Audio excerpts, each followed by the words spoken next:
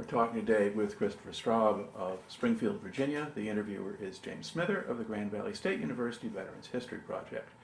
Okay, Chris, start us off with some background on yourself, and to begin with, where and when were you born? 28 September 1943, New York, New York. All right, and did you grow up there, or did you move around? I grew up in Westchester County, Okay.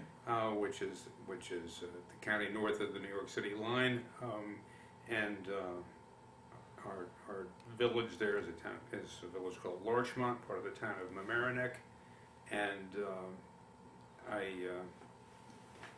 so that's my place. All right, and what was your family doing for a living when you were growing up? My dad was a surgeon in New York City who commuted home to Larchmont, and my mother was a homemaker. Okay. All right, and when did you finish high school? Finished high school in 1961, and went to high school. You didn't ask me that, but went to high school in New Hampshire. Okay. At a boarding school called the Phillips Exeter Academy. Heard of that? Yes. All right. And then from there, where did you go? I went to Columbia College, the undergraduate college of Columbia University in New York, and so I got my degree there in 4 years, and I was an English major, and my specialty was the Victorians, and then I was but also Lionel Trilling and things he liked, which included and then he's a Victorian too. I was also an art history minor, so. All right. Yeah. So you were not going into medicine, and then. 1965. 65. Okay. And what did you do next? I briefly went out to Loyola of Chicago and to start work on a doctorate in master's and doctorate in English.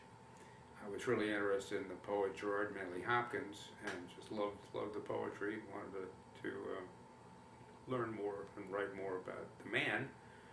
But I had to take a bibliography course to start, and it was just so deadly boring that I said, heck with this. I kind of looked at my situation and said, first of all, I'm paying for myself out here, and secondly, because I was working nights at a big bank down on LaSalle Street in Chicago that was very fun. Actually, it was a fun job, but just didn't sleep much, because you go to school in the daytime.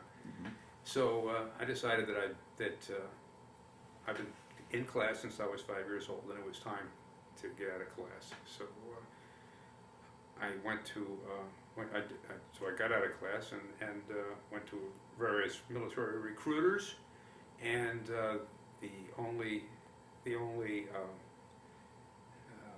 specialty that the recruiter in White Plains, New York could find for me was infantry. So I enlisted to be an infantryman, and it was 1965, and Vietnam was already going pretty strong, and my view of it was, that's fine. This is something really different. Let's do something really serious now. So went to enlisted for infantry OCS, and got into infantry OCS. And then, in fact, there were 11 of us who all joined the Army on the same day in different parts of the East, and we all met the first night. We didn't know each other. We were totally strangers until we met the first night at Fort Jackson, South Carolina, where there was an immense tent city set up. And so we got into the tent city there and talking to each other. And we all decided, look, we all individually, wherever we were in the country, we wanted to be infantry, and we wanted to go to infantry OCS. Well, then we were together in basic training, and they were about to give us orders to, in what called advanced individual training in infantry, and and then learned from our NCOs that we were going to get orders to the new armor OCS at Fort Knox. So we made a little delegation and went down and asked to see, and succeeded in seeing, the battalion commander of the training battalion, an infantry officer, and we told him, we don't want to be tankers. We want to be infantrymen. And he said, you made my week. Thank you very much. I guarantee you will be infantrymen. So that was our first effort to, one of our early efforts to get to the field in the infantry. So went to OCS, Fort Benning, Georgia, and where I learned a lot about puffing myself up and yelling at people. I learned a lot about shining floors and ways to move around your room without your feet touching the waxed floor. It wasn't until the first night in Vietnam as a platoon leader, as the sun went down, I realized I don't know anything. So that's okay. The NCOs were good teachers. All right, to back up a little bit. So the way the process works, if you are signing up, you're coming in as a college graduate, you're accepted for officer candidate school. Right. They make you go through the regular 8 weeks of basic training and then advanced individual training after that. So those are all things like that. And what was that early training experience like for you? Oh, I wasn't a standout trainee.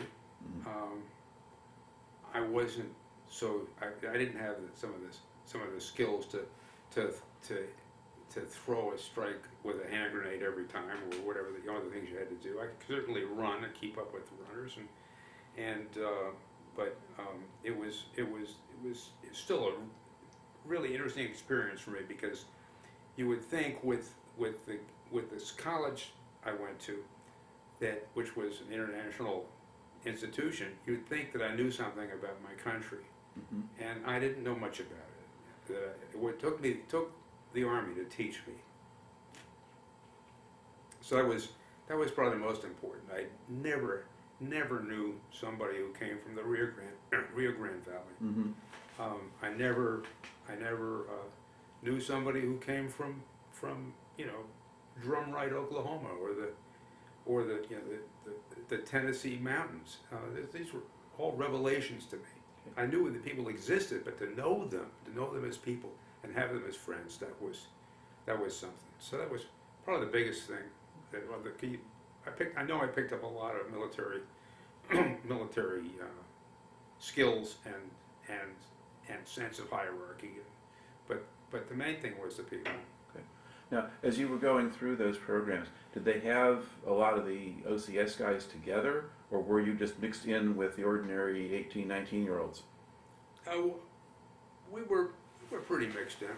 Okay. Yeah, there wasn't like an OCS group. Okay. Okay. But probably, if they were all officer candidates there, in certain ways it would be a less diverse group, I guess. Absolutely. Yeah. Okay. You do those things. And did you have any problems with just the discipline or having to follow orders or that kind of thing? None. Okay. So you were just sort of figured this is just the way it was going to be, and you were going to do it that way. Yeah, and I should say that the NCOs were inspiring. That's one of the real discoveries of my early time in the Army. Somebody else that I never knew about before were sergeants, and they were and are a distinct culture, and it's clear that the entire system depends on them. But just the way they took charge, the way they talked, their competence, is projected to me. Little new guy was just amazing, and I was just astounded at how cool the sergeants were. So, and still am. Yeah. Having respect for sergeants is probably a good quality for an officer. Better to get that if you want to learn something and you want to be supported, you better. Right. Now, okay, so you go through all of that process then, so now you get back to the officer candidate school. Were they, I guess at that point, I mean, Vietnam had gotten going, but you were not yet, things were not as intense as they were going to become, or there were certain big actions that took place in '65 and more in '66, but you're not up to Tet Offensive yet or whatever. No. Was the training program you had at OCS one that was still geared as much toward fighting the Soviets as going to Vietnam? No, I'd say the focus that certainly for the NCO the training that was led by NCOs, it was unquestionably more focused on Vietnam. Okay. All right, so they at least had that, but it still was not something that prepared you for what you were going to get next. Or at least That wouldn't be a fair criticism. I think for me, it was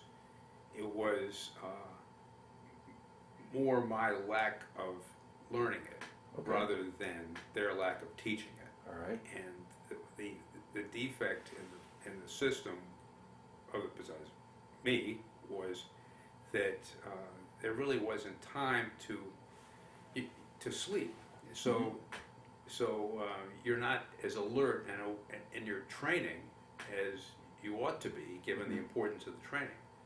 So my criticism of OCS in those days, perhaps so it's not still true, but was that there was so much non-training stuff to do that so you really didn't have the time to really learn the material and sleep. So I think Okay, and so there's too much focus on the waxed floors. yeah, and so I'm not the only student who's falling asleep in the whole sequence of the mortar, for example, adjusting fires and the things that from night one you need to know. So that was a problem. Okay, so when did you finish OCS? September of 1966. Okay. That's my commissioning date. Yes, okay. And then from there, then you go to a training command? I go a training command, yes, to Fort Polk, Louisiana. And so I'm an XO, which is to say the only other officer in a basic training company at Right. Fort Polk. And so I do what I'm told and what needs doing, and then went to Vietnam from there. Okay, so how long did you spend at Fort Polk? 3 or 4 months. Okay. I'll say 4. Okay. And so what's the point of having you go there first?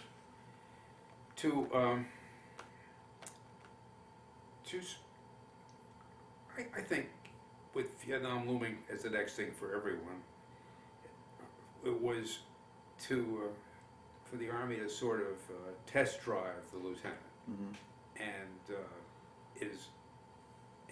because you can still be a bad officer and get yourself and others in a lot of trouble, even in the training base. I mean, there's always, because the training base has got all kinds of other challenges. You're not going to see these challenges in other levels of the military, but there's a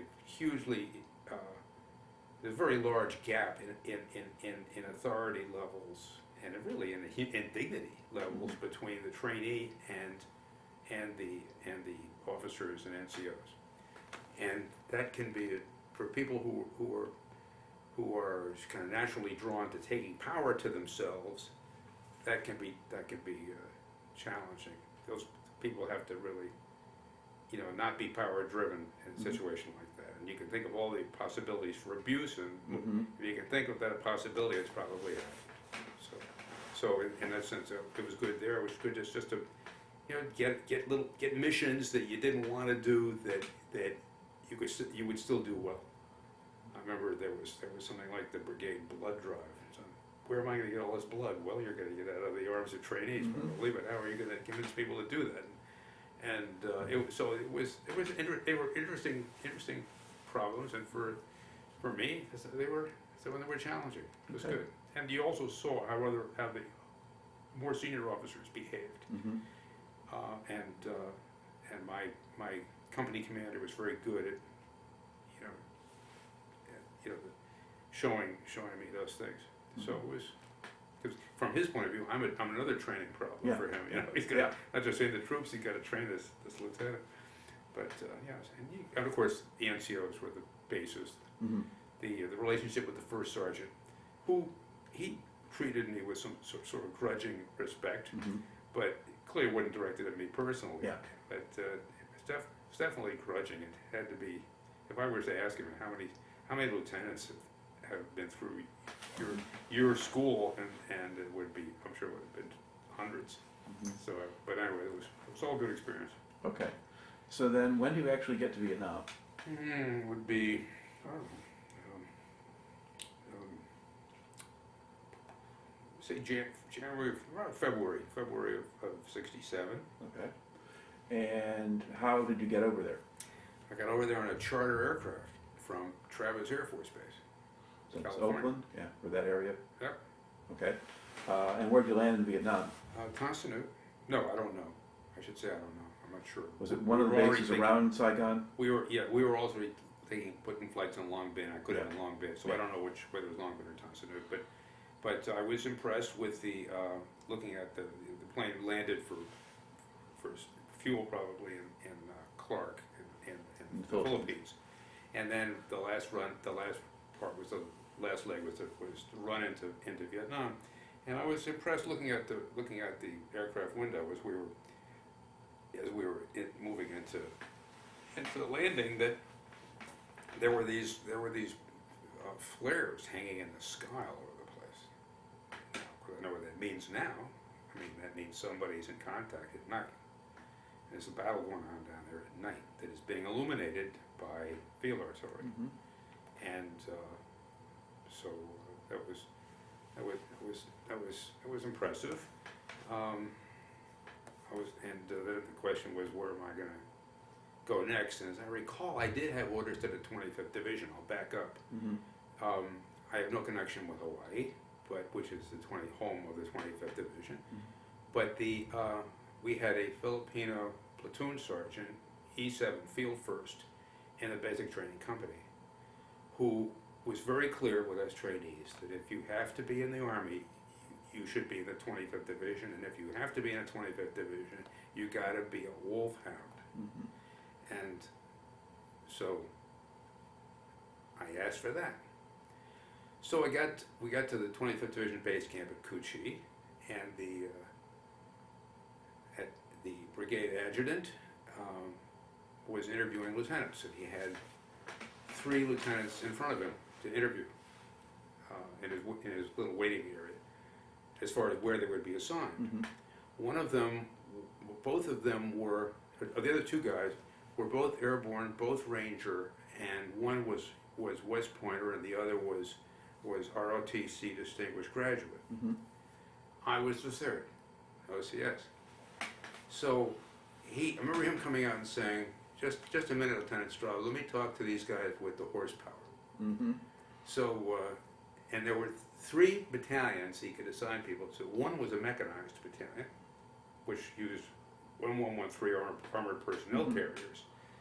The other 2 were leg infantry battalions, the 1st and 2nd of the 27th. So I'm looking at the vacancies board, and they're all about the same. So I said, well, I think I've still got a pretty good chance of getting in the 27th Infantry. So these 2 guys come out, and they're assigned to what they wanted, which was the mechanized battalion. And I'm trying to recall, I think they had an inkling that the mechanized battalion would, well, I don't know, I can't put my shouldn't confuse my brain with their opinion, so I won't. But I did later learn that it really is much safer to walk around than it is to drive around, especially if people are planting 500-pound bombs on the road, and they don't plant those in rice paddies. They're able to put little stakes out there and so forth, but it's not quite the same thing. Anyway, so I got the 2nd of the 27th, and then I was pretty quickly. Now, did you go in and ask the adjutant? Did you go in and ask the adjutant for the 27th Infantry? Yeah. Yes, and he had a vacancy in the 2nd of the 27th that he wanted to fill, and I was it. But I mean, did he have a reaction to your not asking for the mechanized None. unit or something else like that? None. Okay. None. All right. Okay, that was my last time I ever saw him anyway. Then I very quickly, it might have been the next day, I was in my nice little new rucksack, and knew this and knew that, and I was in the field. And as I said, when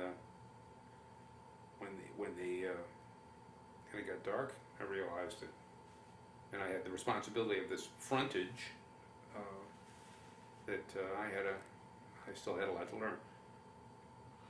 All right. So what's your introduction to your platoon like? I had this heard a platoon that was just described to me as being normal back in the training base. It was or normal, I should say, superb, because it was my platoon sergeant was an E7 named Warren Brooks from High Point, North Carolina. He had I'd say at least 16 years of service. He was fit. He was a very entertaining man. That's not his job, God knows, but he was. He also knew a ton of stuff that could help a lieutenant or help anybody. And he did what a platoon sergeant did. He ran the platoon. I mean, I never concerned myself with where's the ammo, where if we gave up our rucks to be taken away in the morning by a pulled out in a big net under a Chinook, for example, with all of our so-called night kit, or heavier weapons for nighttime, that I had never had thought about. Will they be back? They'll be back, and it'll just be right back where you need it. He brought the mail in. He didn't bring it personally. He'd make sure the system brought the mail to him. But when I came, I would do my tactical responsibilities in the defense. And when I came back to where I was going to be stationed, there would be Sergeant Brooks' stack of ammunition, the noon meal for tomorrow's rations, and then whatever, our mail, everything. So often the first sergeant would come out, because in those days the battalions in our part of the 25th Division, the battalions would create lagers at night.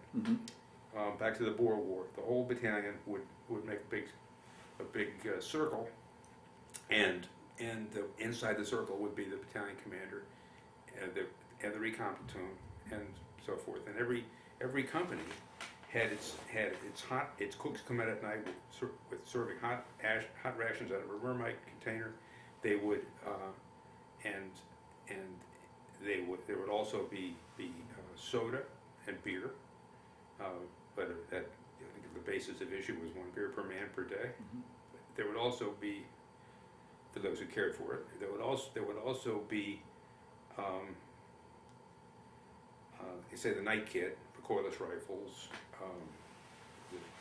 the principal night kit required, the additional sensors, things like that you would put out at night, and then they'd also have gas ranges so that they could cook eggs to order in the morning.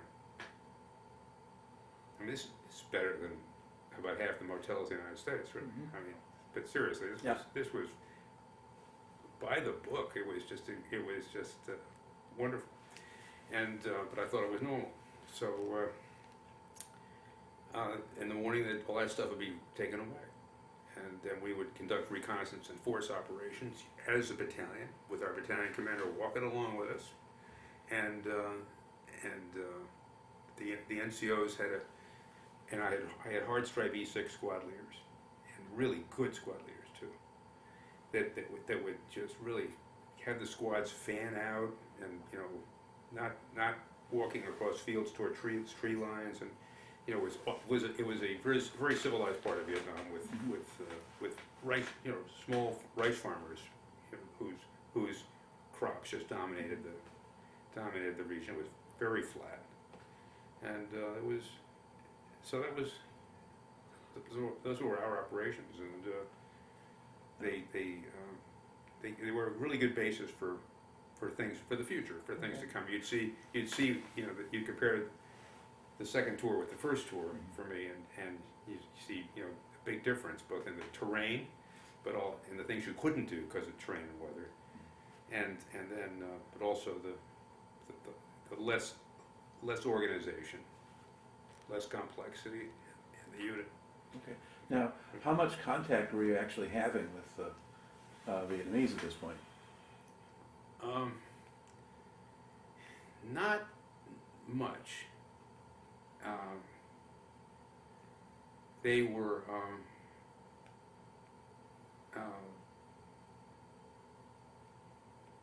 where we went,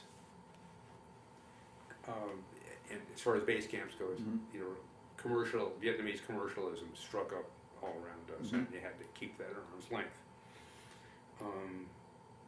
But that wasn't a problem for a lieutenant platoon leader. I mean, our contact as lieutenant platoon leader would be sort of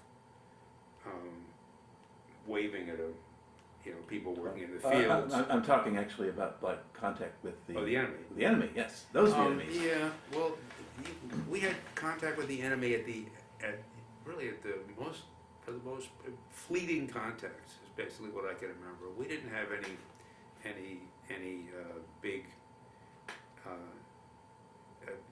I can't remember being attacked at night. I can remember being sniped at. I can remember. It wasn't really till not much in the daytime.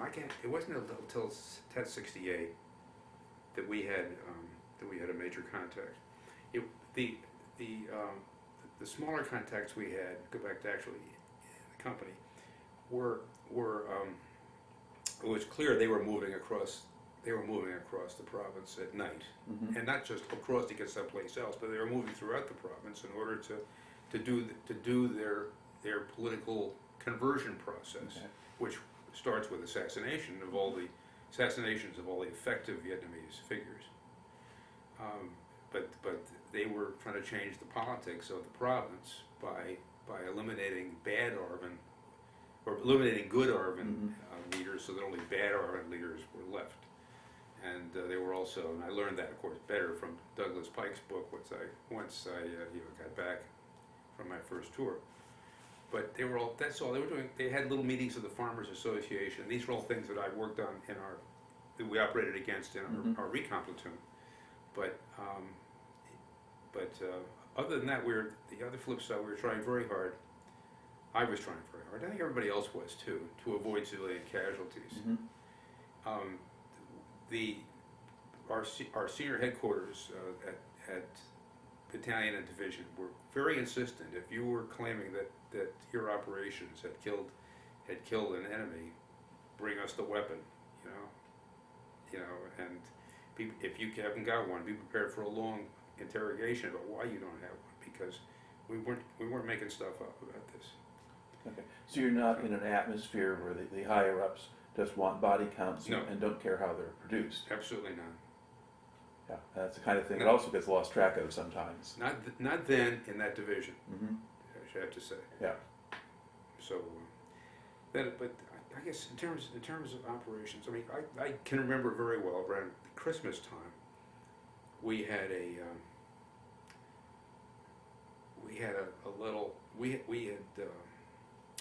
I can't remember, we had declared a Christmas truce or not. I think we did, and the evening the Christmas truce ended, we had a little contact at dusk, and then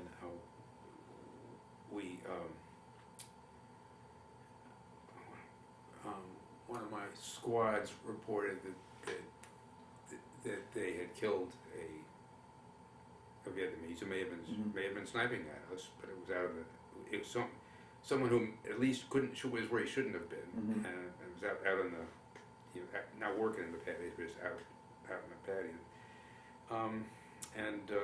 So I was concerned about that because he couldn't produce a weapon, but I just passed it on to my higher like that this couldn't produce a weapon. There was no intention there to kill an innocent civilian. We don't know that he was an innocent civilian, but there was another time around the same time as that Christmas truce when the same squad was in a village and were tracking a couple of VC and had tracked them into this village.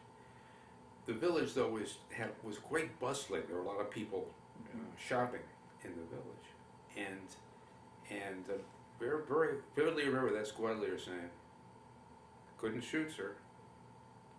There were civilians all over the place, which is, in my view, the right answer also. Mm-hmm. So we did it, and I can remember at least one night contact, pretty big contact, where we kept at it until at least until midnight. We didn't get we didn't form our defenses and get our rations until about 2 in the morning, which was pretty impressive. They were still bringing us rations at 2 in the morning. Of course, it was easier if we were at a pilot in the conversation. He would sure tell us that it's a lot easier to fly down there also in the flatlands than it is in the mountains, which were not. Yeah. So that action was one where they were attacking your camp, or were you fighting a battle? No, Oh, you were out in the field. We got into it with them. They were just they had started it and started shooting at us before dusk. Okay. We just pursued it and kept driving them. And I forget which direction and why, but it was definitely a battle. The main force VC would fight battles. Okay. Now, I guess Cu-Chi, that whole area is famous for being riddled with tunnels. And Well, things yes, like right. You asked about Vietnamese. Well, we lived upstairs and they lived that. downstairs. Yeah. We tried not to bother each other. Keep our music down. No, we had no. We of course had no idea of that. But was that something that you dealt with when you were out on patrol? I mean, were there were you looking for spider holes or tunnels or things, or did you trip over them, or did you not really know they were there? Didn't know. Okay. Didn't know. All right. And there were some areas of the 25th Division sector with names like Hobo Woods and things like that. There were areas that were known as kind of Big core areas. big main force areas that were Main force. semi-wild, Mm-hmm. and you're definitely areas that if you went in there, you could count on a good sized fight. And so I just can't remember what that meant for us in terms of operations. Mm-hmm. Whether that was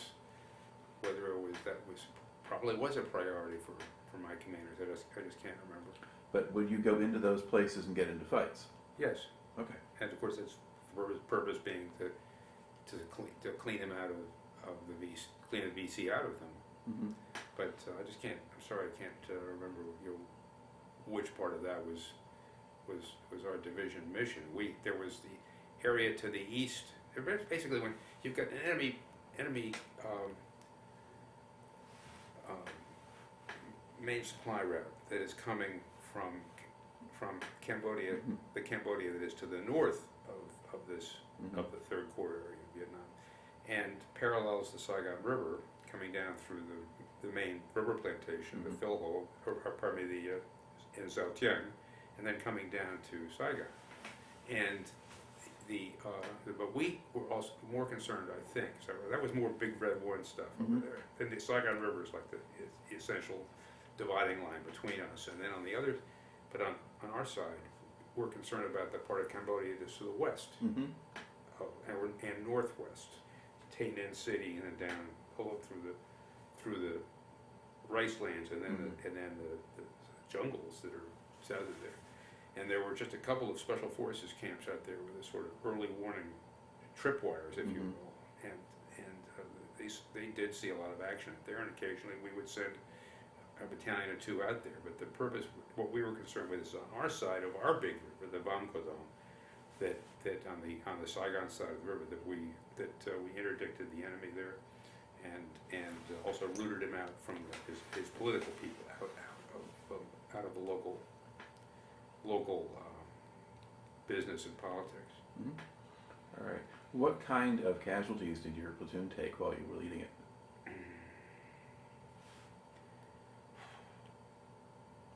No KIA. Mm-hmm. Pretty light WIA. Okay. I think we missed some opportunities to especially one friendly fire incident that had grave effect on my company. essentially wiped out one platoon, Mm-hmm. but between KIA and wounded. But they didn't affect us. We were just I guess lucky. But Yeah. so pretty relatively light. But there was still. I mean, I don't want to play it down too much. I mean, there was some serious context. All right. Well, part of it, I suppose, is when people are, talking about wars and things, you think about large-scale set-piece battles and those kind of World War II type stuff, which is really not what you were dealing with what you were doing. Right. You have shorter contacts with smaller forces most of the time, and again, you were not taking really heavy losses, at least within your own platoon. Correct. Okay. So how long did you stay with the platoon?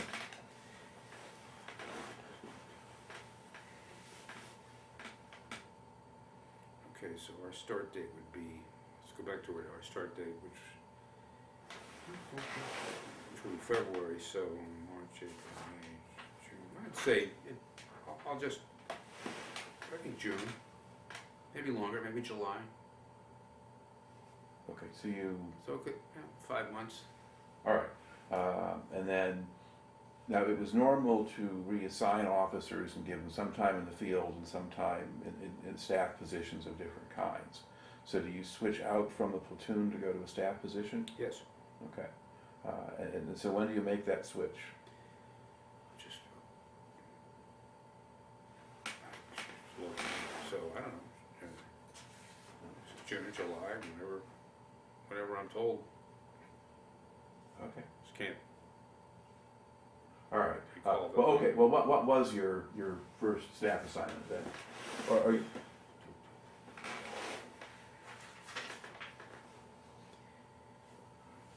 Well, I had a job in the battalion staff, and it was either in the 3 shop, well, almost undoubtedly in the battalion as 3 shop. Mhm. But I just kind of, Okay. I kind of draw a blank. All there. right, a different angle. Where were you when Tet 68 happened? I was in a reconnaissance platoon. I was leading the reconnaissance platoon of the battalion, Mm-hmm. So that starts. So that's my recollection. It starts in October, and so I'm in my reconnaissance platoon was a unique little unit that was combined with an equal, slightly larger than equal number of Vietnamese local reconnaissance RFPF soldiers, Mm-hmm. which is to say local militia Right. soldiers, basically, in a province that no longer exists, a Hao Nie province, and so the place that we live together is Bao Tri, the province capital, and the Vietnamese soldiers are living in with their families in little cottages along the main road of the village, and I'm living in the province chief's compound with my troops, and we've got the whole province team there. We've got the U.S. government working pretty hard on the whole question of the VC penetration Mm-hmm. of this province, and not just military penetration, but political penetration, economic penetration. So we've got a little bit of everybody in there. There was a fellow who may very well have been from CIA working on the Phoenix program. There's other people from military intel types, and of course there's the province senior advisor and the small staff that assists the province. The senior advisor and his small staff Mm-hmm. assist the province chief, Mm-hmm. who's usually a field grade Vietnamese officer, Mm-hmm. active duty officer of the Army of the Republic of Vietnam. The exciting thing about this platoon is we are combined. Mm-hmm. I have a counterpart, and the Vietnamese first lieutenant, and I have somebody who's confident about his, not always the best thing, but he's confident about his, not only his own capability, but his knowledge of the culture, knowledge of the province, knowledge of every people and where they are, whether they are what they're supposed to be, and so forth. And he has a dog in the fight. I mean, his decisions about who is to be trusted and who is not to be trusted. I mean, he's in his way, he's betting his life and his future and the future of his family on this.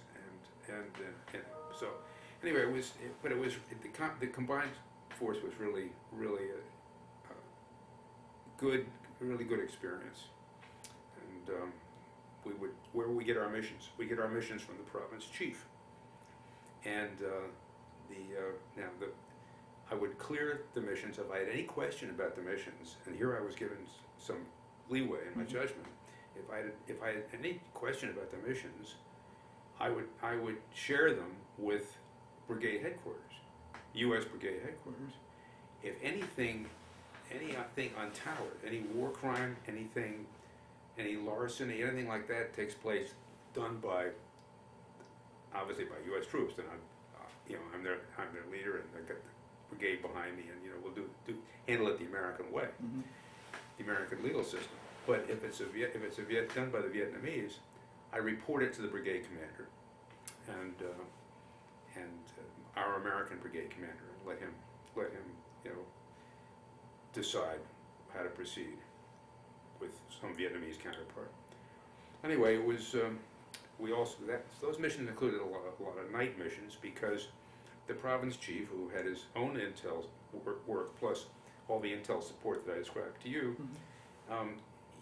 he would, let's say there's a communist organization called the Farmers Association, and they're having a meeting at such and such place, such and such, so and so's farm at such and such time, and so the province chief would say, well, that's a pretty good target, because there are going to be guards and so forth. There'll be a military presence there, and that'll be a good opportunity to reduce the VC strength, and so that would be the kind of things we would set out to do, and then heading out into the province at night, this area that didn't see very much larger American force than things like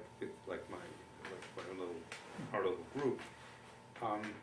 This it was very different in the daytime, and a lot more going on out there at night, because the VC were definitely out and about, moving, and they would occasionally, if they were military VC, they would declare their position to their colleagues by firing a little green tracer, and then a little more green tracer over here, and you could pretty much gauge what was out there just by hunkering down in the edge of a field and just kind of watching the sky. It was and it was listening. It was really good experience. So I got pulled out of that. It was the division commander had brought, at least one time, he brought a nationally known journalist down to visit our platoon, and just not any kind of friendly way, not like a politician would, but simply here's something we're doing. This is very interesting to the general. It should interest you.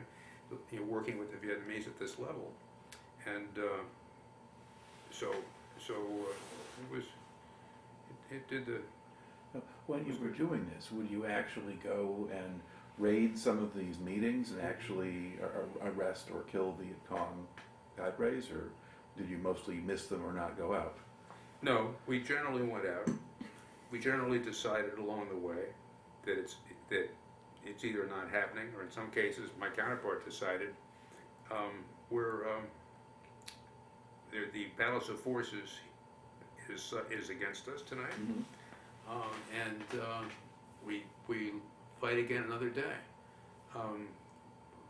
We did have times when he would detach some little elements and then reattach afterwards, but I don't remember. We never actually went into somebody's house, a farmhouse, and raised hell at 2 in the morning. No. All right. Now, you said you were with that command when Tet 68 happened. No, I was. I had just pulled out of it? About 2 weeks before Tet 68, I was pulled out, and replaced. And I went to the headquarters of the division, U.S. 25th Division, and started learning my job as aide-de-camp to the commanding general. And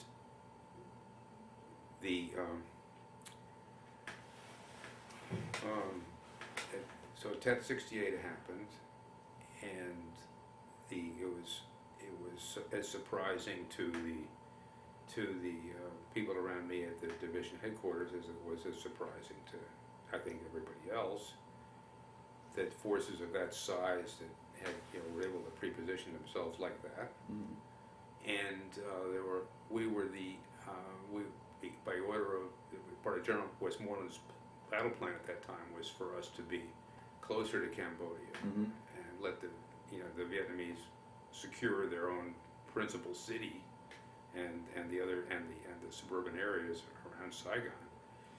And so we were in the Jiaoqiang rubber plantation. I say we, the division headquarters. So we were, way away from our normal operating area. I should say also, I had maybe it was in which platoon I was in, but I used to take ambushes out into the rubber plantation, which was it's not meaningfully or operationally, but it's a very unique place to ambush because it's very disorienting when every tree is the same height and the same distance apart, and it is an absolute maze. And you find yourself in this maze where you suddenly forget where left. You know where left and right is, but you don't know where north south is. It's just the strangest thing. But okay, so we only had one element that was between us and Saigon. It was the Armored Cavalry Regiment of the 25th Division, 3rd Squadron, 4th Cavalry, and it was in Cu Chi, which is I'm not sure how far it is, maybe 20 kilometers from Tan Son Nhut Air Force Base. And they went down to Tan Son Nhut Air Force Base because VC were pouring across the highway, across Highway 1, overwhelming the defenses of the Air Force Base. So, or very threatening to them anyway. And so there was a big battle there that night. Yeah. Well, these are the kind of things preoccupying the division.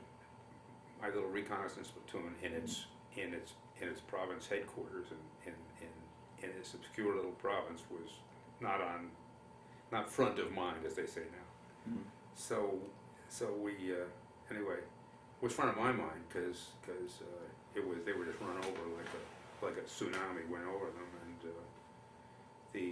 the province chief survived, but a number of people in the province team, Americans in the province team, did not survive. And I forget the casualties, but the casualties in the platoon were heavy. So that was bad. Okay, I want to back up a little because before you were with the recon platoon, you had a couple of other assignments between that and the infantry platoon. So what did you do? Yeah, okay. Then I was in the brigade staff. Yeah. What did you do there? I think that was in the operations shop again, either operations or intel. One of those two staff functions, S2 or S3 of the brigade. Right. Well, I don't know what I can't remember. That it. Now, wasn't there also? You had a civil affairs job. Next tour. Okay. So, right. Yeah. That's not a civil tour. Okay. All right. So you're working as a general's aide I'm the aide of the commanding general of the division. Okay. And who was the commander at that time? Fillmore K. Mearns, Mearns. All right. West Point 38, artillery officer, meticulous, like all artillery officers, and detail oriented, but also very, very good big picture oriented. Expert on the Soviet Union, knew Marshal Zhukov, and he was a very good commander. But to learn this job, I've got to know People think aide-de-camp, well, you must be in charge of napkins at the tea party. No, it is. It's about mastering the operations of a division. In other words, with General Mearns, he will be flying a lot, and we'd go up because he'd be wanting to look at and visit different division operations and measure how well they were doing, and also look at the professionalism of the soldiers, and also be personal about leading them, and all these things. I do all these things at once, really. And the job of the aide is to be able to answer the following question: who is that? You look out of the helicopter, and there's a little star of 105 howitzers down there. And the question is, who is that, and who are they firing for? Better know the answer to that one. Now, multiply that by 10 operational battalions, a cavalry squadron, and its traditional division artillery with 3 DS 105 battalions and a 155 battalion and a battalion of 8-inch 175s. And see the problem? Okay, it's not a problem though if you approach it the way I was trained by the guys I was replacing. And so I just sat with them, the guys, the operator, the intel guy and the operations guy that marked the maps for the morning briefing and the evening briefing. I would just sit with them early in the morning, and as they mark the maps, and as they make their mark for the briefing, they tell me what that was. And pretty soon, I'm seeing how the operations are developing in different parts of the AO, and all after a couple of weeks of that, it flowed, and that's a huge expansion of your military part of your brain to do that, and anyway, it makes you more useful. Okay, and how long did you have that job? I had that job right till the end of the tour. After he gave up the command of the division in August, I went with him down to Saigon, where he was the senior advisor to the military governor of Saigon, and also had a brigade of U.S. Army to assist in their operations. And so, I came back from that job in September of '68. Okay. Are there other particular aspects of that first Vietnam tour that stand out in your memory? Yeah, there one battalion had was very badly ambushed in the river crossing, and not really deployed for battle when they were ambushed. I mean, they didn't go out ready and stay ready during the day. And I don't want to say the name of the battalion, but there were, as I recall, about 50 KIA, which was, and the general had very, my boss had, who did have quite a temper, was pretty angry, and went out. I took the battalion commander aside and expressed it. So, and I remember that very, very vividly. And I remember also using the CG's aircraft as a dust-off bird with one soldier, particularly in the 1st Battalion, 27th Infantry, who had been wounded with a head wound that was quite deep, as I recall it. Anyway, it was a quite deep head wound, and as we were flying into 3rd Field Hospital, and the boss and I are each holding one side of the stretcher because the aircraft's not rigged for medevac, and then put him off there at the 3rd Field. We were both pretty sure that he wouldn't make it, But after dinner that night, the general says to me, "Why don't you call Third Field, see how he's doing, how Mooney's doing?" So I did it. He said, "Oh, he's in recovery, and he's had his surgery." So we went and saw him the next day. Mm-hmm. This guy was sitting up. It was wonderful. That was great. All right. So now you've had your first year in Vietnam. You rotate back to the States. What do they do? Well, that was actually the first year and a half. Okay. So you had. Because Did you I extend to stay with I the stayed. general? I stayed until no. I Oh. stayed until no. That was supposed to be done, so we went. But I had extended 6 months for that aide job. Right. So, and did it for 9 months. Mm-hmm. So then went to school. No, didn't go to school. Went to the infantry school, and where I was a speechwriter for the commandant of the infantry school, who was our Sidney B. Berry, Mm-hmm. who was a brigadier and who had been already written up in Life magazine as the future chief of staff of the Army and as total golden boy of the General Officer Corps, which is something you probably don't want to have happen to you. Mm-hmm. So anyway, I was speechwriter, period. So I was writing speeches also for John M. Wright, who was the commanding general of Fort Benning and the overall in charge of everything. And I never really got a very I didn't get too many writing missions from General Wright. I mean, he's one of those officers who I don't know, he just didn't like to work with writers, I guess, and just said what he thought. Yeah. And God bless him. But so everybody's different.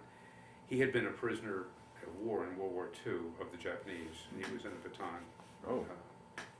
That death march, corregidor, all that whole experience. So he was greatly respected, and he had earlier. I mean, later he was the division commander of the 101st. So, but anyway, at Fort Benning, so we had virtually no relationship. Mm-hmm. But with General Berry, I did. He was just somebody who did like to bounce things off writers, so we certainly did know each other.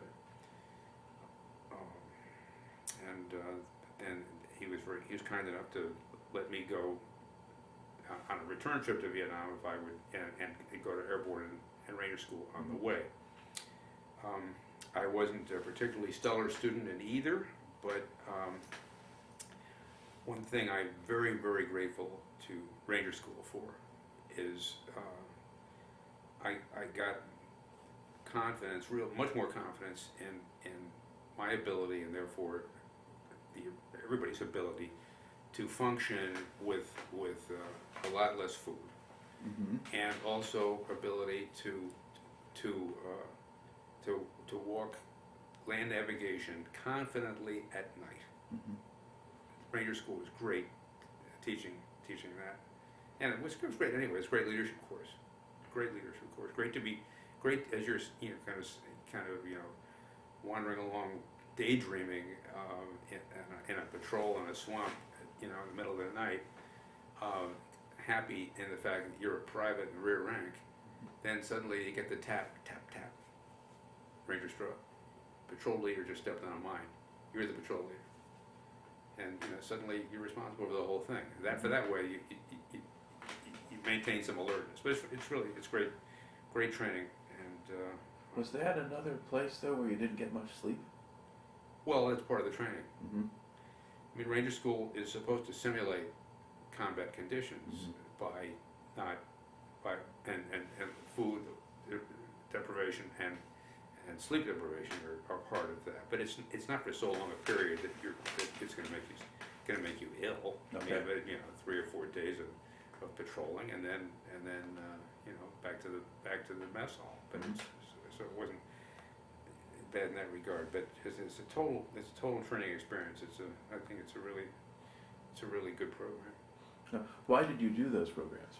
Because I wanted to be I had already converted to regular Army, and I wanted to be a competitive regular Army officer. Okay. I also wanted to have the experience that the other leaders had, that the NCOs had. I wanted, and then especially with Ranger School, I wanted to take on some of those lessons as virtues. You know, be able to project the confidence of someone who knew that, hey, so we're out of chow. So what? You know, we'll get resupplied, and in the meantime, let's just suck it up and drive on, and knowing confidently that you can that it'll work out. Okay. Yeah. All right. Now, at what point do you get promoted to captain?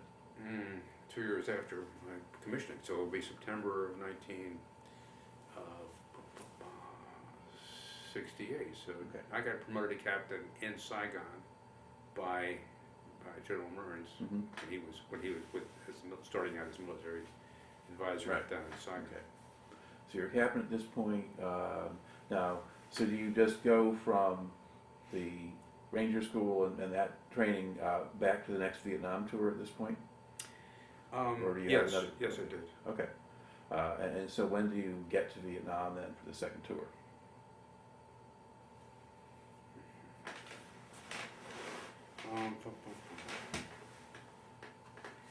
Second tour in Vietnam starts well, I would say August. August 69? Yeah, August of 69, I Right. get there, and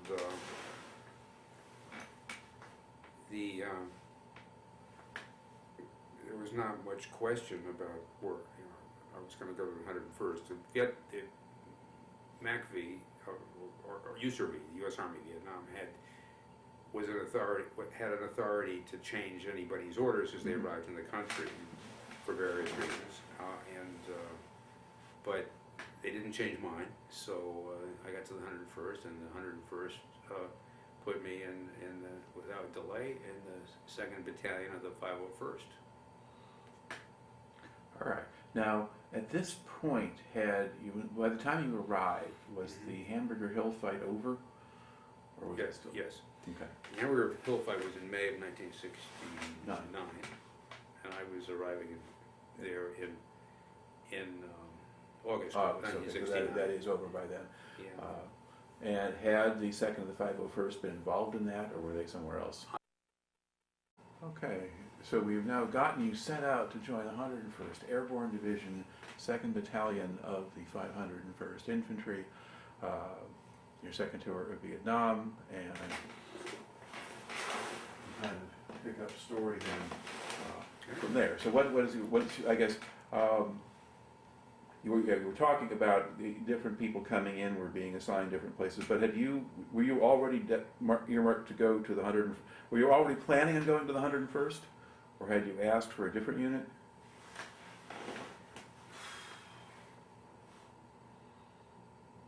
You know, I can't remember. I don't think I was asking for it. Okay. I think I just wanted to go back to a line infantry unit in the Republic of Vietnam, but I don't think I was. Okay. I would have been upset if they'd said, you're going to whatever. Go be an Ninth advisor Division. in Saigon or something, yeah. Well, that would be less interesting. All right. Yeah, anyway. You were assigned to the 101st, okay. Right. And now where was the 101st based when you joined them? It was based already up in the part in Tuatan province north of Hue, Mm-hmm. with 3 camps up there. I can recall that were later combined down to 2. So when I got there was Camp Sally, and I think Sally was where the 2501's rear area was. Mm-hmm. Then Camp Evans, and then Camp going from north to south, I think, and then Camp Eagle, where division headquarters was. And these are all in the lowlands, very much the lowlands, right along the Highway 1, the north-south highway that is so important in Vietnam. And say when I got out of the plane, I think it was a Sally, I think it was a C-130, flying from I guess the 101st reception station down in Saigon, or down in the Saigon area, And I looked out at the countryside as soon as I got out of the airplane. Who wouldn't? And I'm looking. It turns out east towards the beach. And I said, well, this isn't so bad. I mean, everybody said it was so hard, this country was so hard to operate in. Then I turned around, oh, Pearl of Mountain's majesty. I mean, I said, oh, now I see. I'm starting to get the picture here. So that was quite a moment of clarity. It was great. So I got to the battalion, and I was my first job was the S5, which is the civil affairs officer of the battalion. Now this is the classic, what do we do with this guy job? Yeah. And we don't, so that's, and the battalion commander, during the time he was operating, the battalion was operating in the lowlands, was interested in spreading the word through civil affairs that the United States was the points about why we're in Vietnam, but also connecting us as Americans to the space program to show that our capability, not as to overawe them or convert them to support us, but rather simply to show that this is something else that we're doing at the same time, and we can, and isn't this exciting? Isn't this exciting to you as a global citizen to think that that other human beings are walking on the moon? So we put together a kind of homemade, well, much was homemade, way to project the film on on a screen, and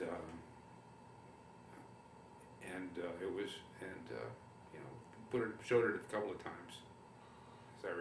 So would you like go out in villages? Okay. Yeah. But I can't remember any details about that other than I can remember the scratchy movie. What was the kind of regular day-to-day work of somebody in that job?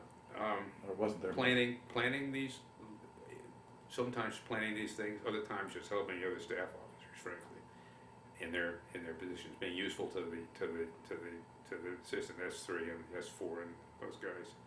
But I can't remember much. Not much sticks with me. Okay. How long did you do that job? Well,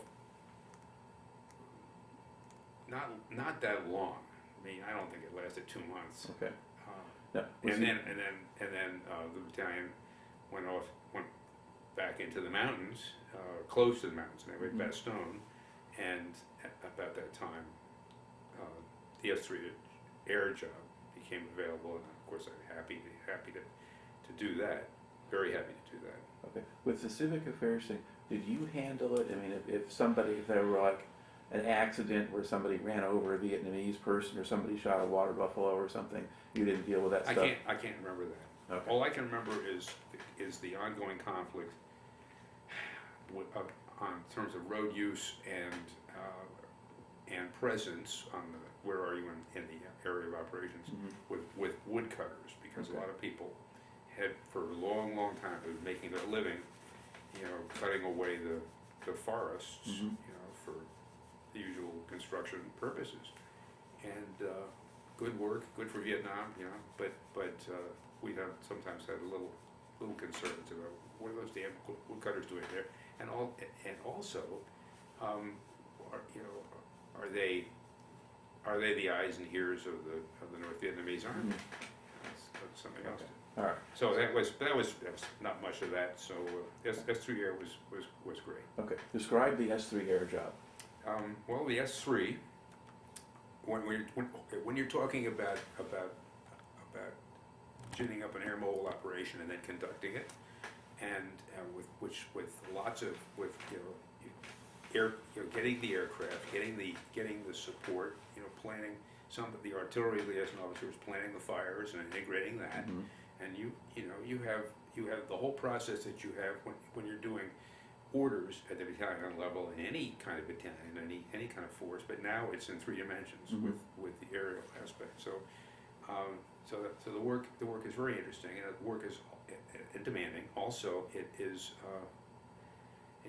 mistakes can be lethal, but you know, and especially for the folks work is planning the fires and the relationships between the different between armed helicopters, let's say, and artillery. So that was really good job, and I really admired some of the people I was working with, and there were really some professionals I was working with, and the battalion commander was the first battalion commander was Robert German, German, and he had been, I don't know how, he was older than most of the battalion commanders, but it really didn't show it. He was very fit, and but he loved walking with the companies and spending the night with the companies. He liked that better than orbiting the action, and of course the troops really admired him because they saw him. After he left the battalion, the troops are still talking about Colonel German, and you know, he hugged with us. You know, he stayed in our NDP. You know, it was and which was done less and less. Now I could argue that. I'm not say this to criticize any commanders, because you gotta be where you can control your forces, and I mean, who would go to a closet when you get a battlefield out there that you need to control? But so I can understand why the helicopter is often where the battles were controlled from. But Colonel German knew what the daily life of the soldier was like, and he shared it with them, and everybody admired that. Now, was he an effective battalion commander otherwise? I mean, did he get his job done otherwise? Or he got his job done, sure. Okay, then it's probably... Oh, definitely. Of course, for that you got to have a really good S3, because if the colonel's out humping with Charlie Company, then the S3s really ought to be watching everything else, and he should be in the air too. The S3 or the XO, one or the other. So okay, let's see. That was a good job, yeah, definitely. And then I got to the company commander job. And, how long did you do the air job? Till I'd say from maybe from say October until January. Yeah. Okay. Is that right? No, February. Okay, so now you're getting into 1970 at this point. Yep. Okay. And so now you're given a line company command. Okay, and so is that now? And which company do you get? Delta. You got D Company, second of 501st. All right. And where are they when you join them? On Bastogne. Okay, so Fire Base, and that's in the hills. Is it sort of on the seaward side of the range that separates the coast from the Asia Valley, or is Yes. It, yeah. Okay. And what were they doing there? Guarding the fire base. Okay. The SOP was one company guards the fire base.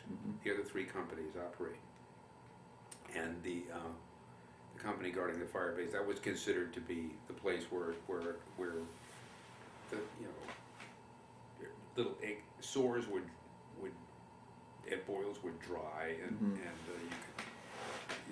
you could stay clean anyway. Yeah. And you could eat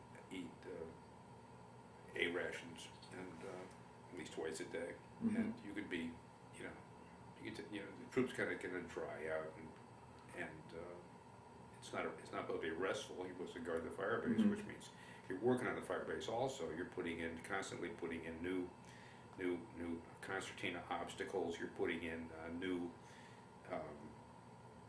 trip flares and flue gas and all this stuff that we're constantly improving our fortifications with. Anyway, so I vividly remember getting that command.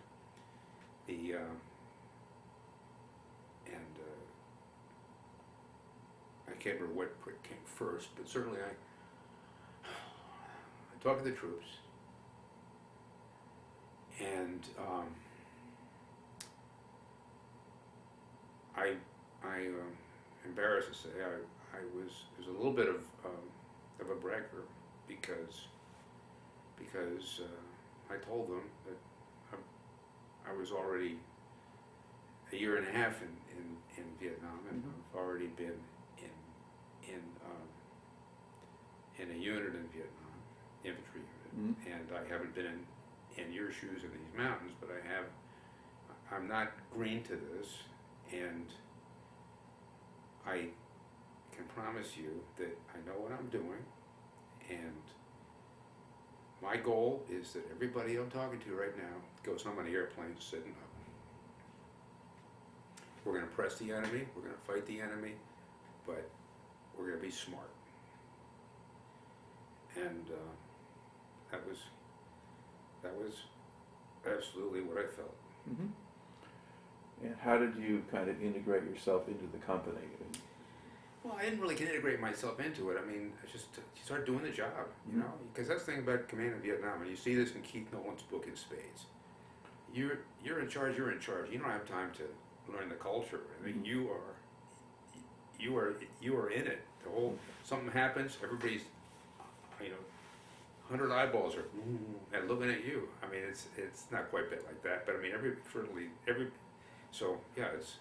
But you do have to kind of come in and size things up and figure out who you got and what your platoon leaders are like and that kind of thing. Yeah, you learn all that over time. Okay.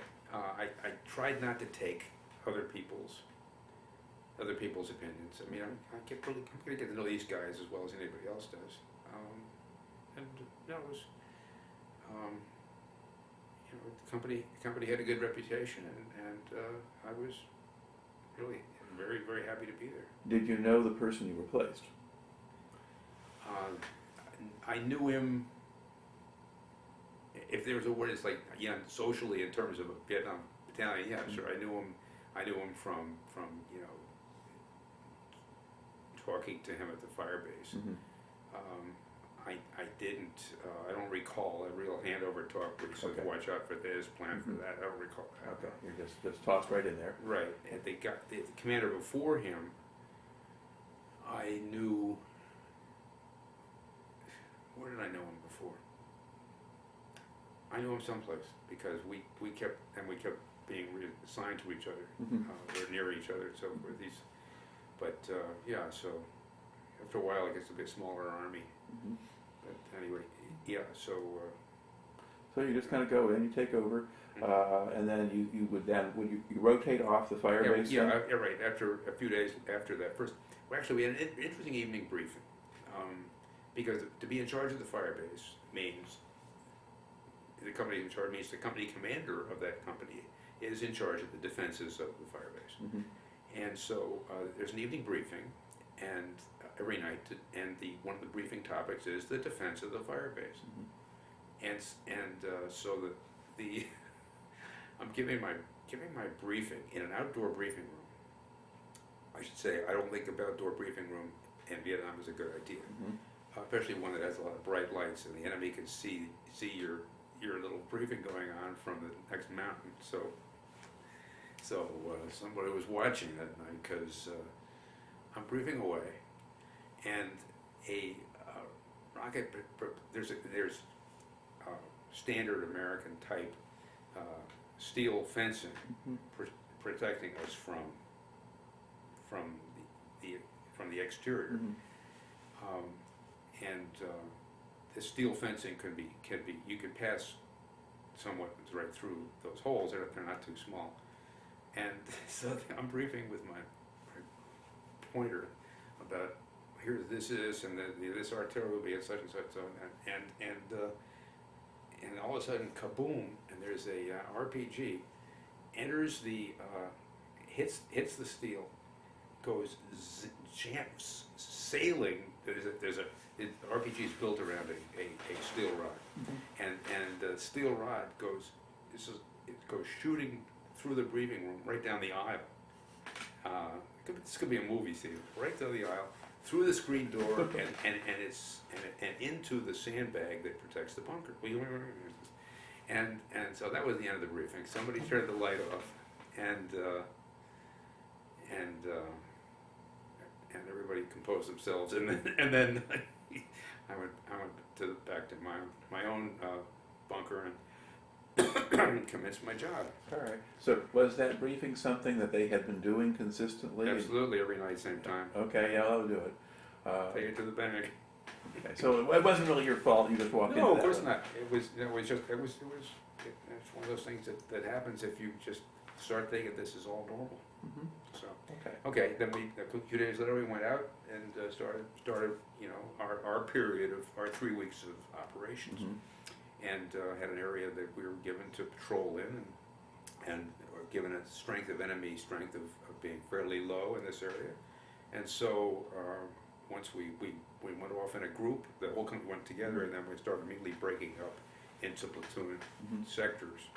And then for that period of operations, and this went on for several months, I would move with my little command group, which is my FO and a radio, his radio operator, and my 2 radio operators, and a couple of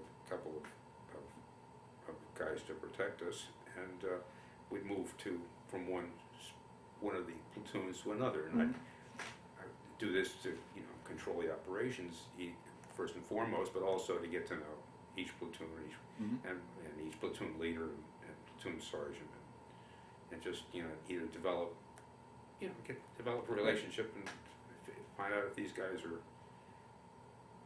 are capable, and if not, what should I worry about, and that was basically how we operated.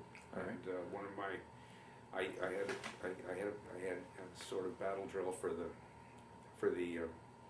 movement as far as the reactions of our point man and slack man, and the forward presence of a machine gun. It was an environment where up until the Ripcord AO,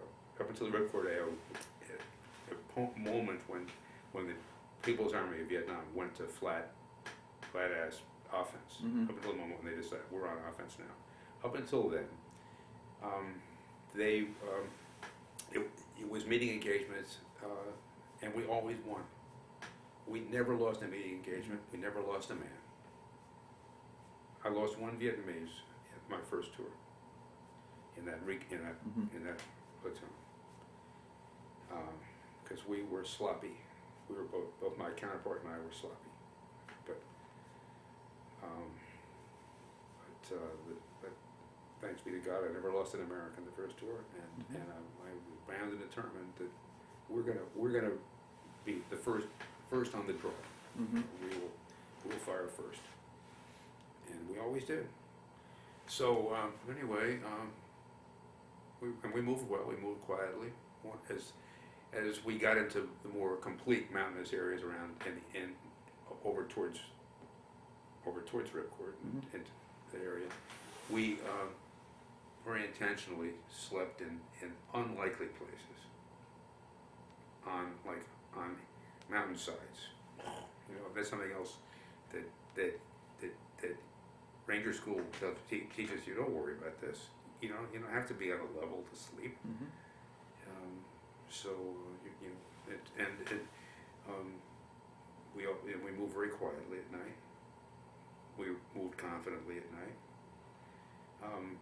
and we set up where we were not expected. We were consistent. We wanted to really surprise them, and we did have engagements where we would kill some enemy. I mean, we'd kill some enemy whenever we met them out there, if we were surprising them. And I should say there were times when they were sloppy too. Now I say sloppy too because we had a reputation of being sloppy, which is not the case with Delta Company, but we were sloppy too. They were sloppy in the sense that they were a lot of people there did not have real great field skills, in their army. They were city people, city urban country, and they listened to their little transistor radios to their Hanoi Top 40 or whatever when as they were walking down the trail. Now, how common was it for American units to be moving around at night? Not terribly common, but if something has happened to you that day, then you're being trailed, you're being watched, and the best way to break that contact is to stop at one place at dusk and then pick up and move. Right. Yeah, and I have heard after of that. dark. Yeah. So and then don't be upset if we didn't bother us to be in a crappy place because it was dark and they didn't know where we were and so forth. So. All right. So how long were you able to sustain that track record of not losing anybody? Until 8:05. Okay. Now, I think in the Keith Nolan Ripcord book, you show up once earlier than that, maybe in about May of '69, in a brief engagement someplace, Lieutenant Palmer's platoon. Yep. And what do you recall about that? Well, Terry's platoon was closest to the river, which we'd been operating along, and I've got several things that flow together there, but I think they're all part of the same longer action. We were operating along the river because the enemy's got to come down and get water like everybody else does, and it seemed to be a good place to ambush. Now, also I think we were told to be down there, but anyway, it was. But for whatever reason, we're this little stream, and I'm feeling like I'm in an area that is new. I previously trespassed in area, which is ridiculous, of course, in that area, but that's how it felt to me. And then all of a sudden, this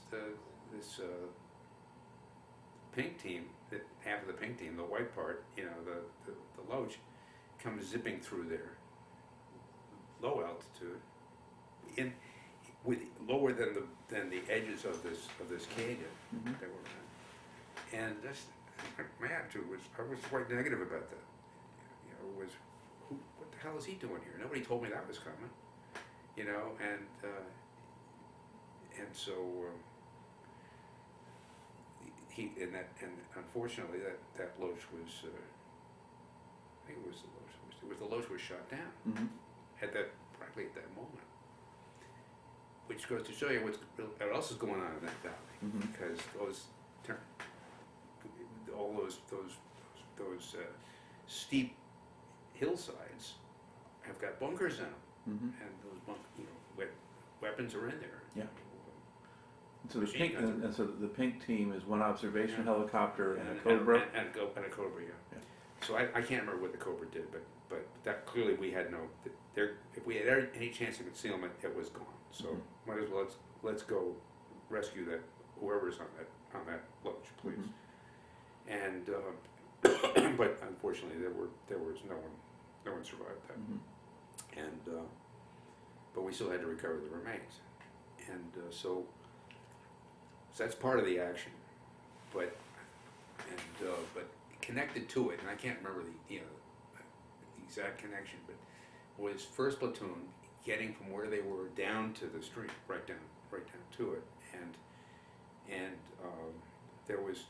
they were taken under fire by a bunker, and which was like shooting up at them from the lower position, and so I heard the fire, and I called Lieutenant Palm, and his RTO said the military term for he's not here right now, call him back or something, and so I pointed out to the RTO that your principal job is never separate yourself from your LT, but anyway, but he had just he's gone off by himself, and did some valor down there, but thought then he exposed himself unnecessarily. Mhm.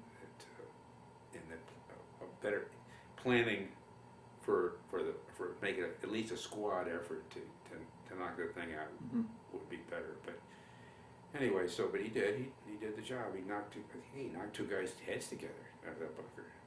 They just went in there like Superman, and God bless him. So, but it's still, the LT is not the guy that should be doing that. That's why the second lieutenants have such a high incidence of premature mortality. It's a dangerous job enough already without the LT just taking really big self-exposure steps. Anyway, so I think that's the action you're referring to. Yeah, that's going to be at the end of that incident. So your unit didn't take losses at that point. I mean, the Loach did, but We didn't take any. yeah, yours didn't take any. Yeah. Okay. And the Loach was a surprise. Right. Here he comes. And, woo, Where's that coming from? Okay. Okay. Now that I think was in May, if I remember. Okay. Yeah, it was in May. Yeah. All right. And what's happening generally at this point in the Ripcord area of operations is that there are sort of more and more North Vietnamese around.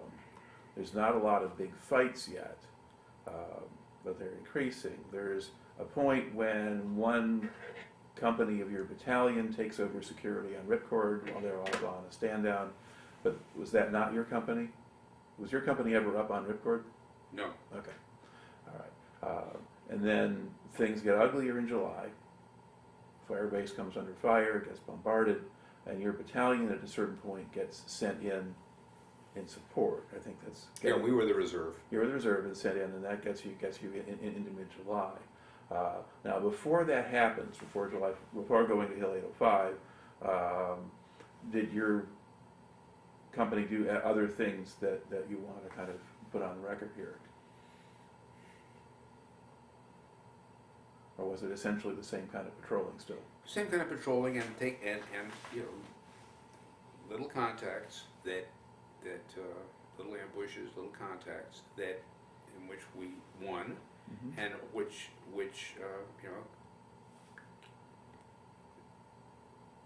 accomplished our purpose in that area. Mm-hmm. No, but that's really the one we just talked about is certainly a standout. But before I get to the actual entering the July time frame, I should note that both as the S3 Air and then of the battalion, and later as the company commander when we were another subsequent time when we were on Fire Base Protection, that I heard the division briefing on what was initially called the AO pair operations, which then became Texas Star, and I heard the division G3 brief this, and so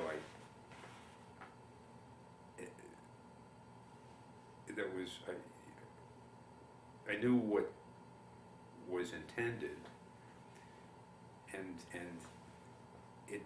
it's now laterally, since all this has gone on 50 years ago, but since after the war, it took me a while to realize that this was really part of an effort by MACV to assist the Vietnamization, advance the Vietnamization efforts by conducting one last big military operation that would provide the Vietnamese very important cover in an area where they didn't have very much, and had never shown much success. And while the rest of the country could go to Vietnamization faster because we could pull other U.S. forces out. And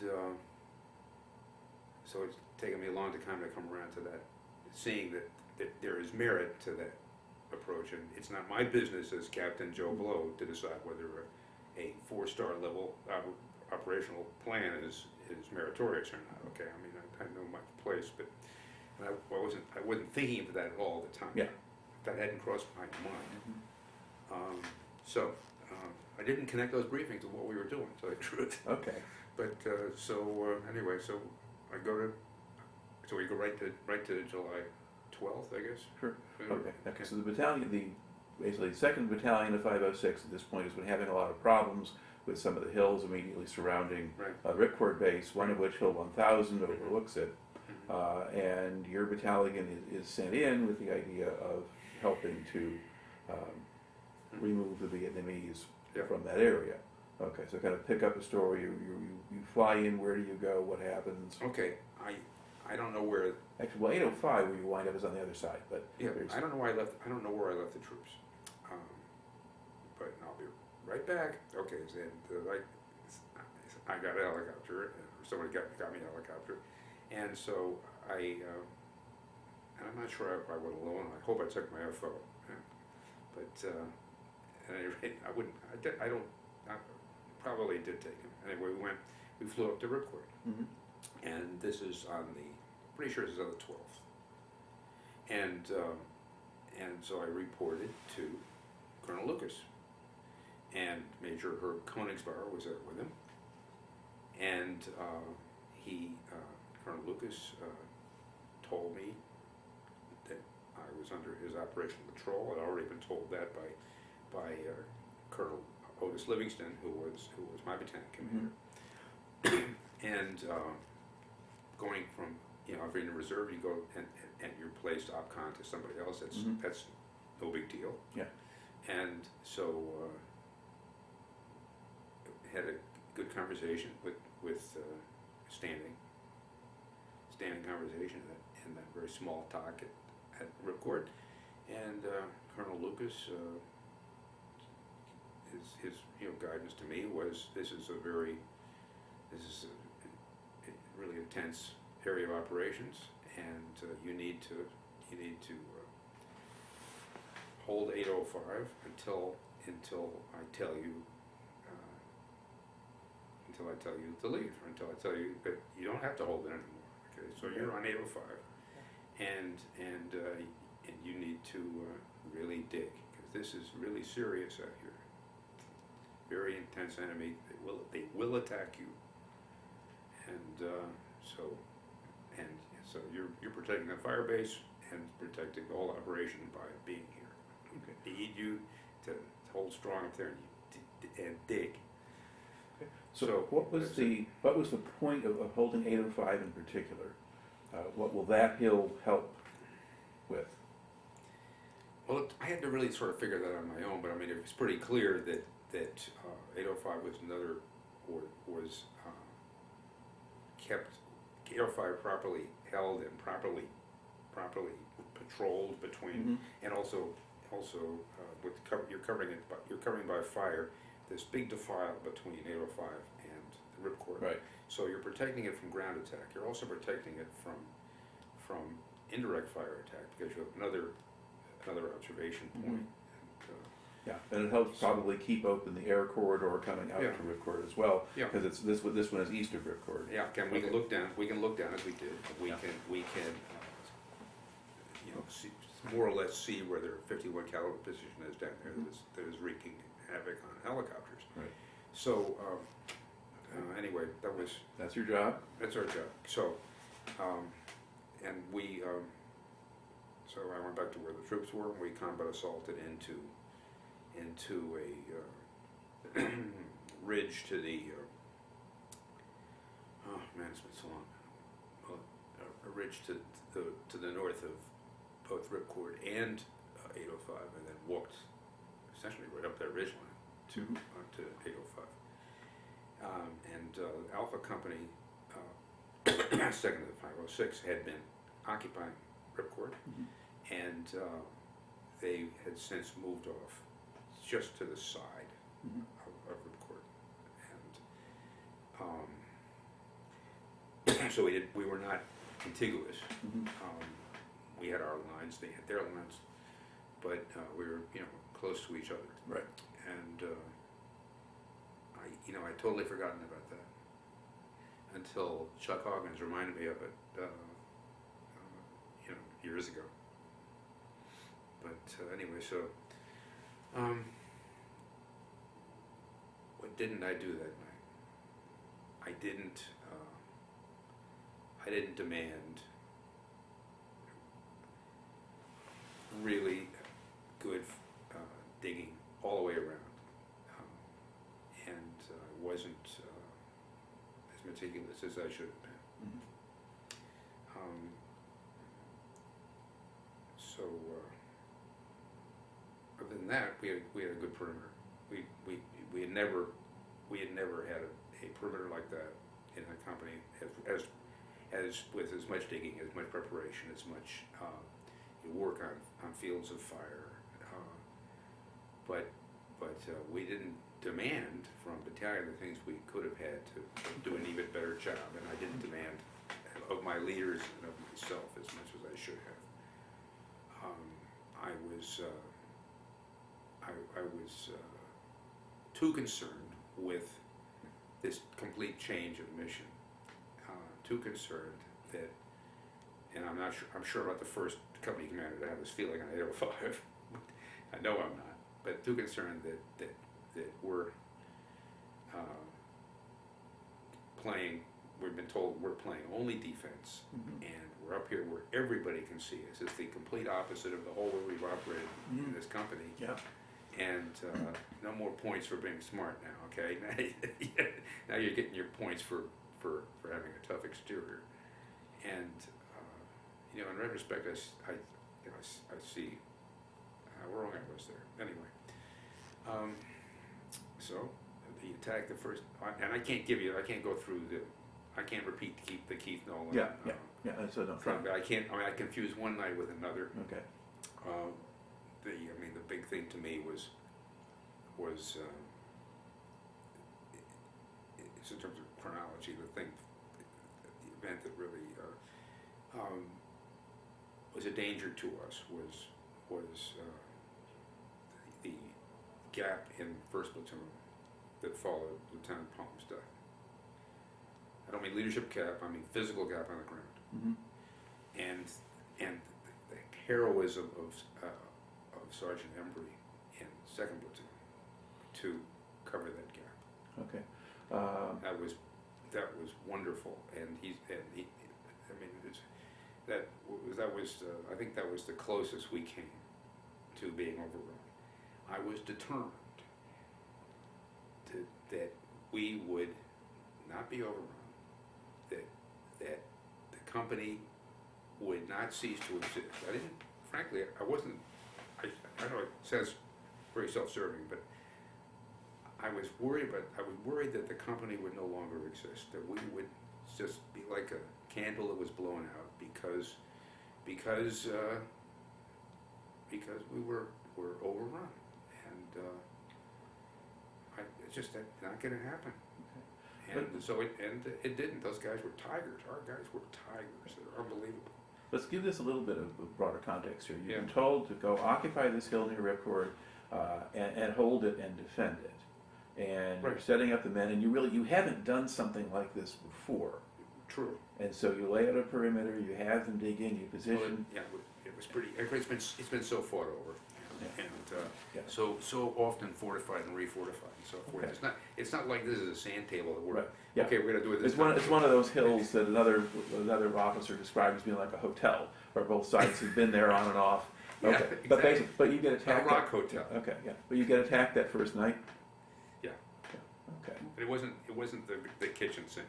The kitchen sink, I think, was the second night, Yeah. and then maybe again the fourth night. Yeah. It was quite, So basically, quite a they're lot of attacked. stuff. Yeah, and normally, under normal circumstances, you didn't stay more than one night in one place anyway. Correct, ever. Yeah, and you were there. Now, and you continue to have to stay there night after. How many nights were you there? I think we were there 5 nights. Okay. And when was the crisis point in that sequence? Oh, she was. You The mentioned first- Lieutenant Palm getting killed, and The then first morning was. The first morning was. It was a crisis, and fortunately, Colonel Lucas came out, Mhm. and my memory is that he walked over from Ripcord. I don't know.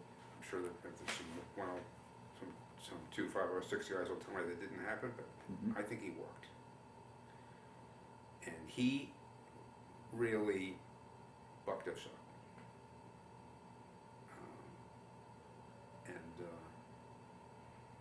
around every position, talked to every soldier, and in an very uncritical way, very kind of halfway commander, halfway father, but he was very good with the troops, and that he gave me a really good bucking up, which he could clearly see I needed. So that was great, and then in the meantime, here come all kinds of fortification supplies, and so we were a lot better prepared for subsequent attacks. But of course, I was affected by a casualty. The troops were affected because I remember after one of the nights, it was the first big attack, probably second night. That third morning,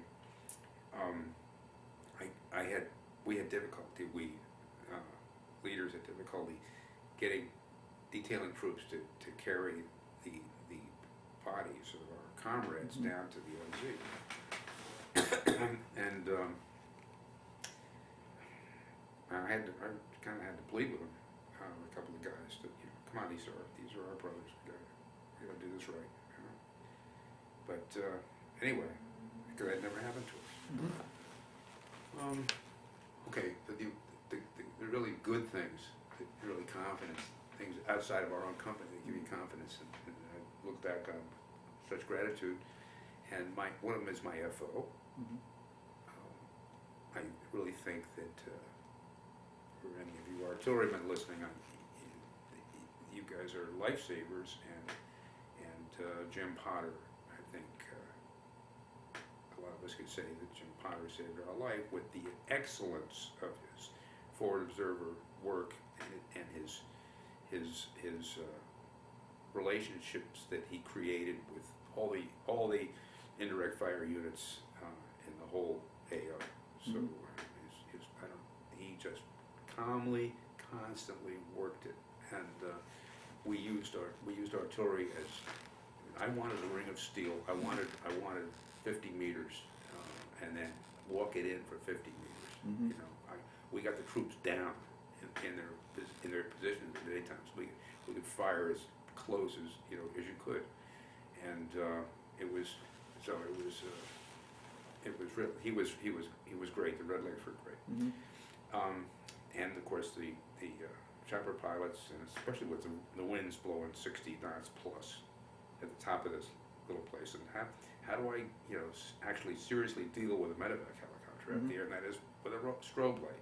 So we had a strobe at the highest point on the hill, and we'd flick our strobe on, and of course the recoilless rifle that was over on Hill 1000 would kind of tune up and start shooting at us with this recoilless rifle, and meanwhile we're talking to this dust helicopter that's lowering a jungle penetrator for our guys, or lowering a basket for the guys who are no longer ambulatory, who are no longer even conscious. That was pretty great. So you had a lot of that kind of support, at least. You had that wonderful support. The Marine Corps A6 carrier-based aviation that racks 26 500-pound bombs, and then they deliver them via a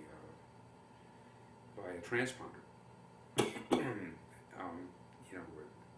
So you can have a rainstorm, have zero visibility at 3 o'clock in the morning. They don't care. They're dropping 26 500-pound bombs exactly where you said. It's pretty good. That breaks up attacks. All right. Now, so in the end, what kind of losses did your company take over the course of that time? How many men did you start out with? I can't tell you the exact number. We lost, the numbers that live in my head are 9 KIA and 41 wounded. Not all the 41 wounded were evac, because I told my policy, which everybody knew was, and a lot of people would have done this anyway, and they did do it, rather than reporting on their condition, was if you're not in danger of losing your vision or a limb or your life, if you could throw a hand grenade or pull a trigger, you're staying. And also called the rear and told the XO to go look in every closet. You know, I want everybody ever out here, including, by the way, you, XO. So, yeah. So we bulked up, but still, so 41 wounded and 9 KIA, and of those 9 KIA, 2 are due to an incident that took place after we left the fire base, down heading towards that original LZ, for the purpose of getting out of the AOR. Just having walked off, what has been determined to have happened,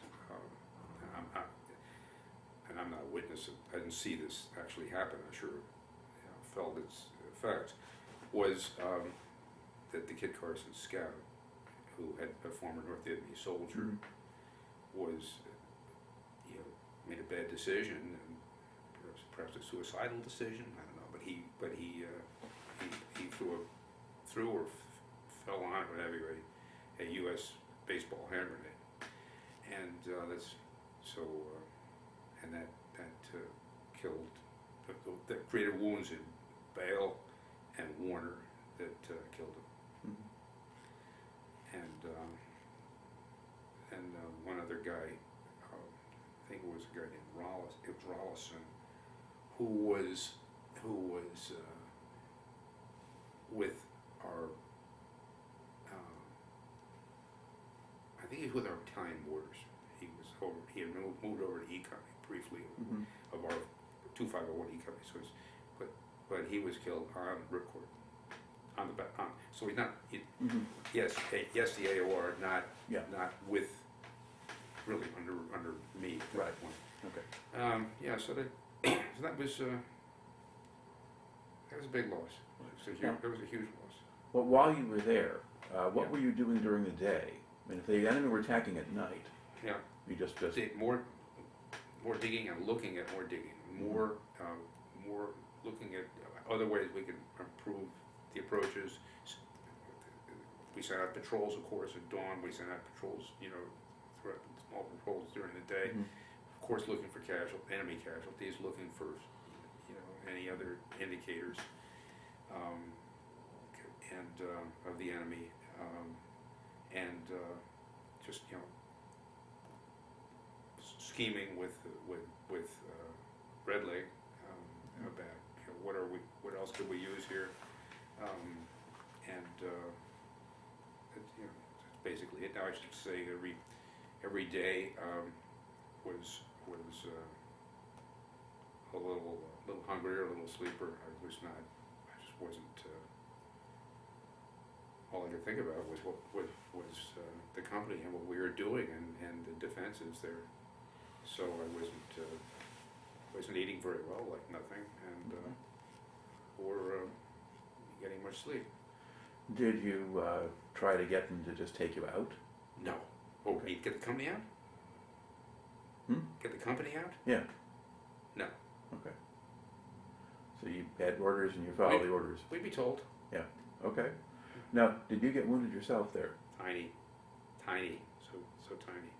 But it was a little piece of the hand grenade that went through the elbow joint, and so it actually needed some orthopedic surgery, and but it was not important to do that in country or on an emergency basis. So I went to Japan and sort of got in the queue for that.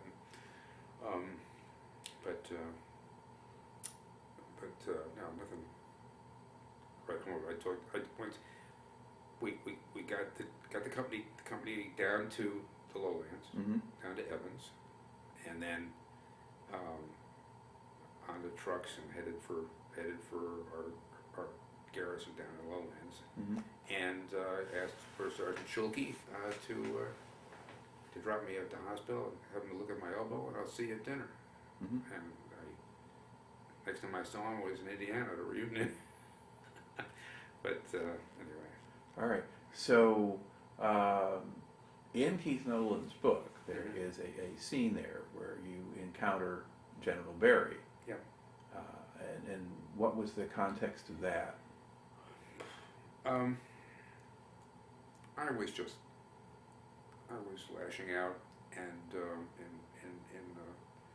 in frustration at what had happened to the company and in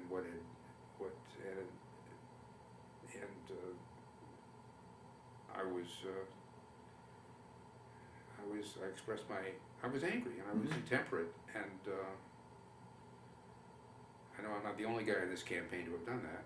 I just told him that I told him first of all I don't want to talk to you, and then I kind of mended that with you know, it's how can we do this with a U.S. unit? Just have U.S. units just be bait. And then he kept very calmly telling me, calm down. And then he came back the next day, and after a night's sleep, we had a much better conversation. And then later, a good conversation because I did obviously see the point of the whole campaign, and so I had been out of line, and then. When he was retired and he was doing things for the state of Mississippi, I was working on Capitol Hill, and so we had lunch together, and it kind of extended our conversation a little bit, very, very, very pleasantly. I thought he was and I still do think he's just a terrific guy, and a terrific commander, and somebody that any soldier could emulate. So it's good. All right. So now, after your company now has come out and you got your elbow treated or whatever, what happened? Did they send you on to Japan for that? So yeah. Okay. And then from Japan, where do you go? I went home. Okay. They wanted me to go to the Naval Hospital in at Great Lakes in north of Chicago for physical therapy. Okay. And I thought pretty good, just lucky, not no merit on my part. I thought that the physical therapy I'd get at home would be better because I thought I was an orthopedic surgeon. So so I went home, and the Army, the colonel at the hospital, who commanded the hospital, reluctantly sent me home, and so that's what I did. And I had about a month of leave at home, and then I went down to Fort Benning to start the advanced course, and which was, of course, all people who had just come back from Vietnam, and many of them would be going back to Vietnam, and some of them were going to be on their third tours. And we were the, well, anyway, okay. Okay, so that, the advanced course, now are you going to be on staff now at Fort Benning as opposed to someone taking the class, or is this a class that you're taking? I'm in the class, I'm taking the class, I'm a student. Okay. And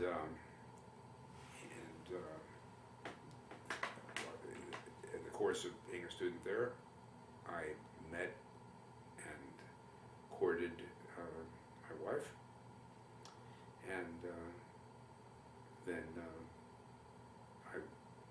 after the course ended, in fact during the course I got orders to Germany, and I was one of two people in the whole course, I think, who had orders to Germany, and everybody else had orders to someplace, either in the United States or Korea or Vietnam. So I had orders to Germany because General Mearns, who we met in the first reel of this movie, General Mearns was commanding the 7th U.S. Corps in Stuttgart, and wanted me to be on the Corps staff. And when I got to Germany, and he invited Mary and me to dinner with his wife in their quarters. He told me why. He said, we are now here in Europe working on the spreading the air mobile concept, and specifically we find some resistance to that degree of reliance on helicopters in what the people against us see as a much more lethal environment, much more. Well, we're seeing that in Ukraine now, all these years later, but it's still the same kind of environment. If you've got this heavy equipment environment, lots of tanks, tracks, lots of artillery, it's gonna be more dangerous for helicopters, and of course they can be. So I don't want to get into the tactics, but anyway, so he said, I want you to go out to TDY, be on the core staff in the G3 shop, but go TDY to the place where we and the German Army and the Canadian Air Force, the three of us, are doing a joint test, instrumented with lasers, of tanks versus helicopters. And then he said, and then he asked me, now what did you think of the air mobile concept when you were in the 101st? And I gave him I told him that the helicopter's limitations were shown in spades in the Ripcord campaign, not because of anything wrong with our pilots or our systems, both fantastic, but it's the more enemy fire there is, and the more difficult the management of airspace is, with the sky full of rockets and mortars and jet fighters and pink teams and red and everything else. I mean, it's just very hard even here. You get to take that to Europe, and it's going to be harder. So anyway, I was his guy on that test, and then we